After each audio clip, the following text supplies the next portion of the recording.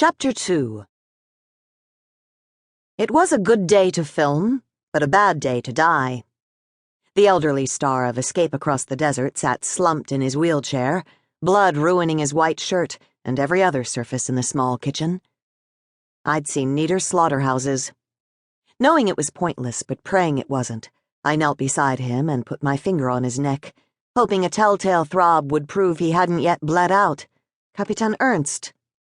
Dead men seldom answer. The former U-boat commander's flesh was cool, and rigor well established, meaning that he had died long before sunup.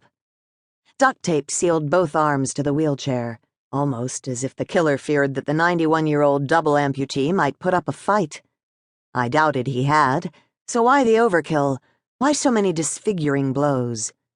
Why had the killer beaten Ernst to death, taking his good sweet time? Him? Violence like this usually pointed to a male perpetrator. Then again, women were getting meaner these days.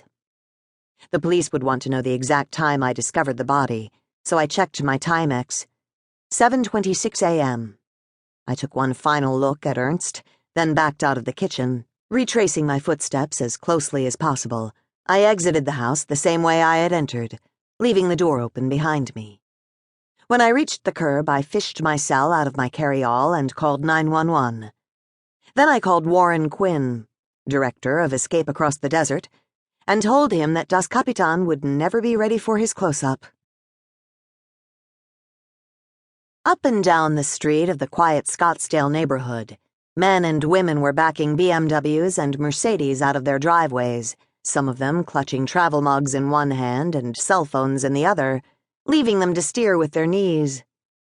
I winced as one of these suburban kamikazes came perilously close to my restored 1945 Jeep. When the driver passed by with at least a half-inch to spare, I gave her the finger, but she didn't even notice. She was too busy applying eyeliner.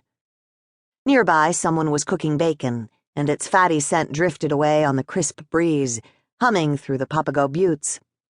From one house, I could hear a blender, and from another, the yapping of a small dog.